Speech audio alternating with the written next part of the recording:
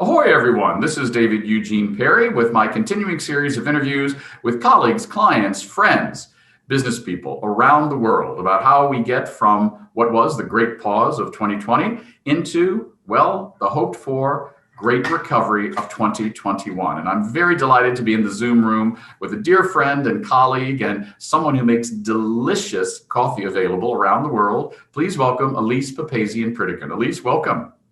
Ahoy. Ahoy. So here we are speaking on the first day after California Governor Gavin Newsom and San Francisco Mayor London Breed said we're able to eat and drink outside again. How does it feel? Oh my God, amazing. It's just, I think we've been really good though in San Francisco. I don't think we have too many cases of COVID. I think people are very mindful here. So I'm looking forward to getting out and seeing people and getting out in the sunshine. I Right? know, I know. Well, let's dig right into it. You have a fascinating history from Hollywood to Europe to coffee to just a fascinating life. I remember when we first met last year, it was just like two old friends talking right away, like we'd known each other forever. Tell us a little bit about who is Elise Papazian Pritikin? Where do you come from? And then we're going to get right into GoCoffeeGo, which is, of course, your amazing going business proposition. Yeah. Who is Elise Papazian? I live in San Francisco and I was born here and I was raised outside of the city. And, I think I have a really good life here. I love San Francisco. I'm a huge walker. I climb hills. I sort of feel like San Francisco is one of the most European cities out there in the USA. And I'm always sort of wandering around little alleys in Chinatown and discovering little jewels and gems. So that's kind of like my fun, going out and having an adventure here. I'm a mom of a 15-year-old son, Oliver, who just started high school online, which is crazy because of COVID.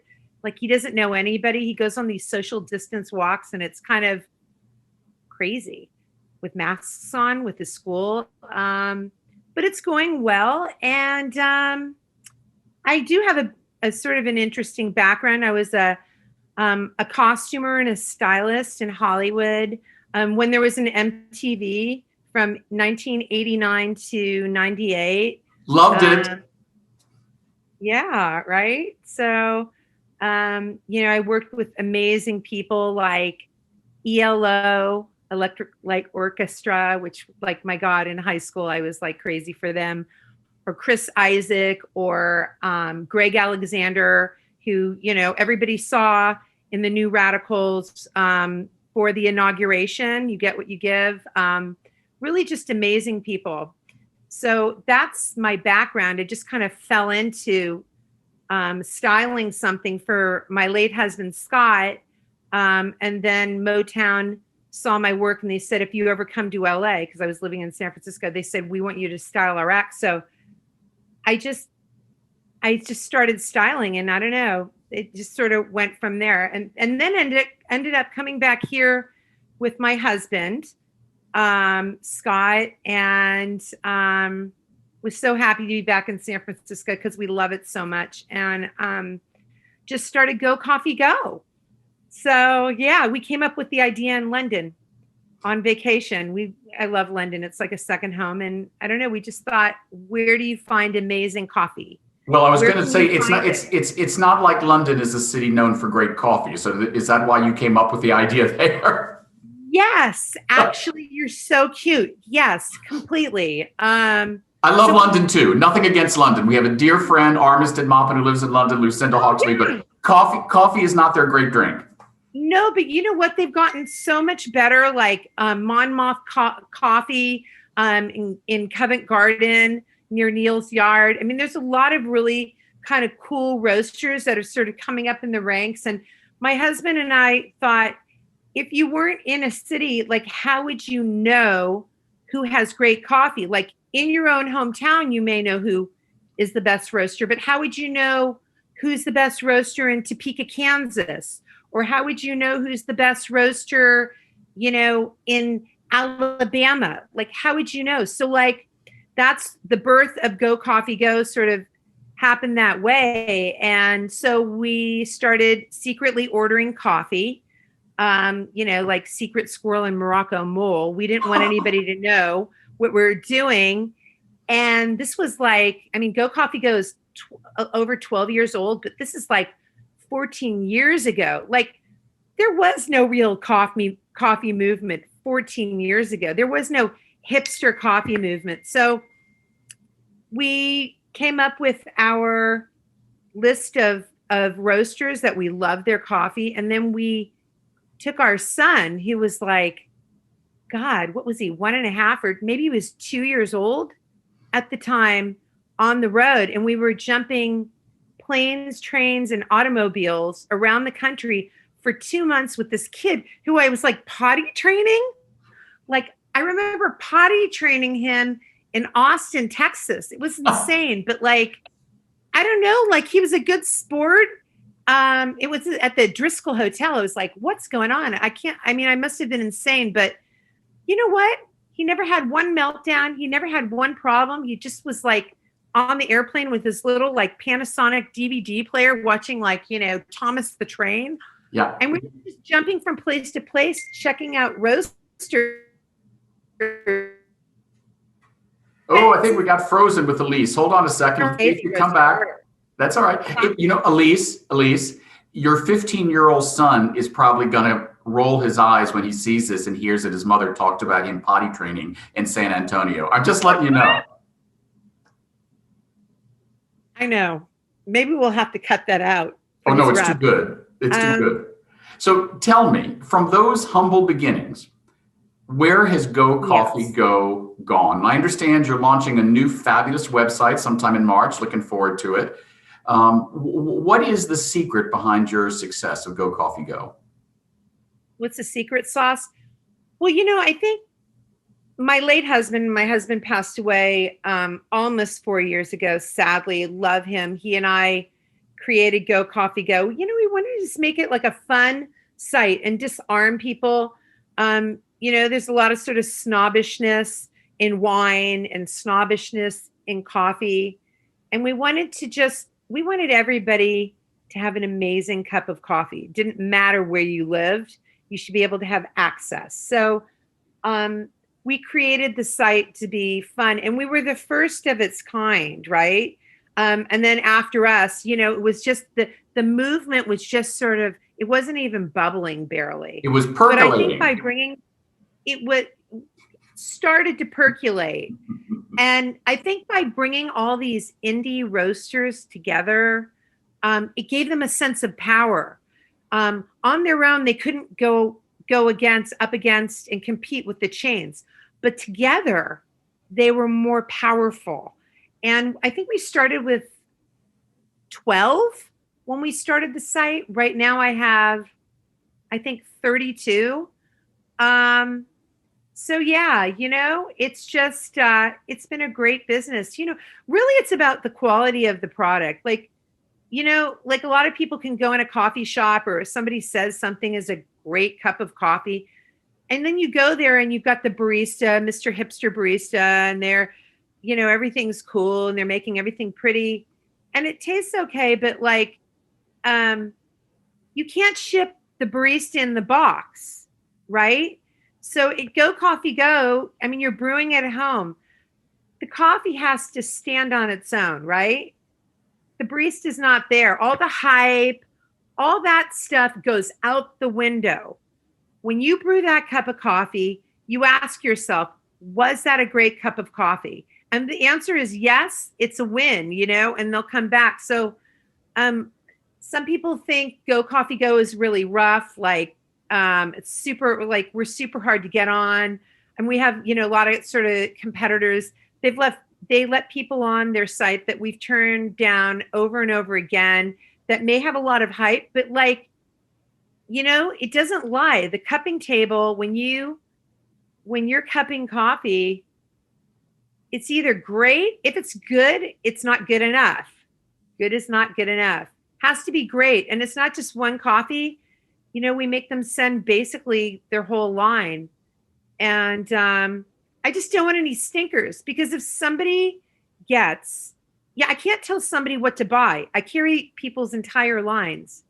So whatever it is I carry has to be great. It's kind of my rep, it's my Well, I was going to say, pride. I mean, you're the coffee lady. I mean, Go Coffee Co is about quality. Yeah, totally. Listen, in our last few minutes, talk to me about what you think makes a great cup of coffee.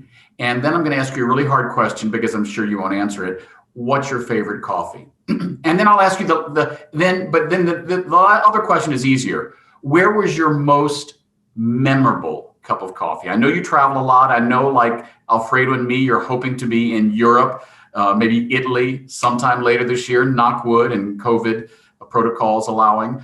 And of course, Italy is great coffee. But tell me where your most memorable cup of coffee was, and what is your favorite coffee? Well, you know what? That's the thing. It's like, some people call me the Contessa of Coffee, okay, which I think is funny, but maybe it's true. I don't know. For me, it's like asking Willy Wonka, what candy do you like the best? At GoCoffeeGo, every single day, we're posting new products, pulling new products.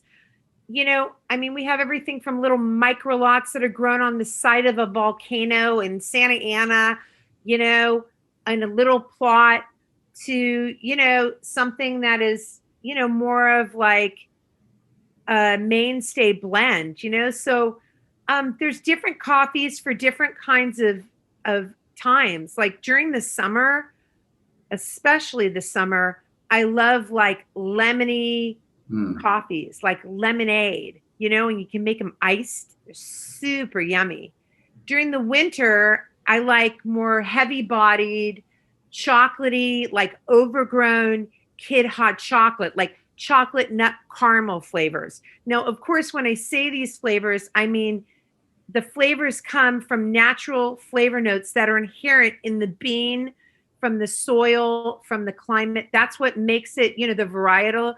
It's what makes the coffee taste the way it tastes. It's not by adding, like flavored coffees. When you see a flavor note on GoCoffeeGo, it's what we're tasting in that cup. So, I think most customers are kind of overgrown children. They want that chocolate nut caramel. They love to pour a little cream in their coffee, or, they've got these souped up espresso machines that are amazing, like, cannot believe the gear these people have. They send me their photos. They're so proud, and they're pulling shots all day with their machines and drinking cappuccinos and, usually decaf late in the day, at the end of a work day. So I don't know, like, what is my favorite coffee?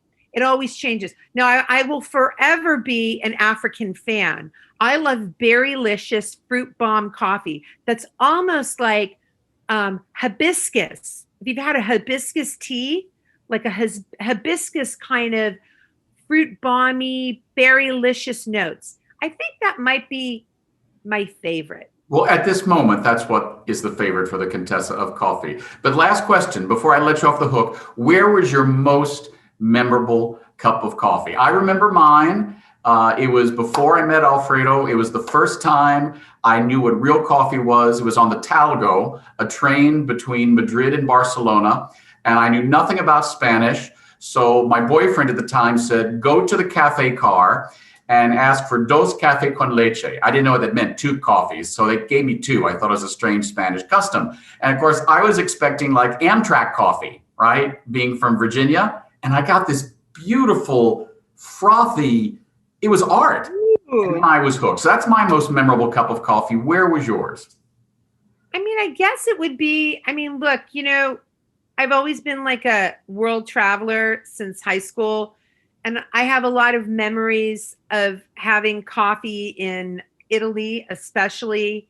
And I was a barista, strangely enough, when I was 16 at a French cafe in San Mateo, which is of all places, which this Italian owned. And it was like this French cafe where they made beignets and stuff.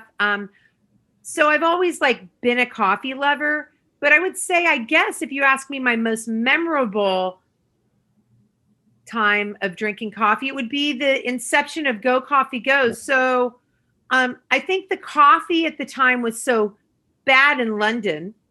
And we were sitting at a Cafe Nero, which is a chain that is sort of Italian based, like out of Milan company. That's where the inception of GoCoffeeGo came, because it was actually drinkable.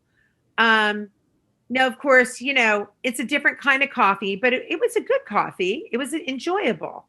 Of course, I love Monmouth, like I said, in London. And I have a lot of other favorites in Europe, but maybe the inception of GoCoffeeGo. Well, so from that first cup of coffee with your dear departed late husband at Cafe Nero, at a chain. That's right. At Cafe Nero to right now in San Francisco, GoCoffeeGo. And next week, Alfredo and I are looking forward to having our first legal sit-down coffee since COVID protocols got lifted with you. Thank you so much. Thank you so much. We've been speaking with the Contessa of Coffee herself, Elise Papazian Pritikin. I'm David Perry. We'll speak to you next time. Ahoy, Elise. Ahoy.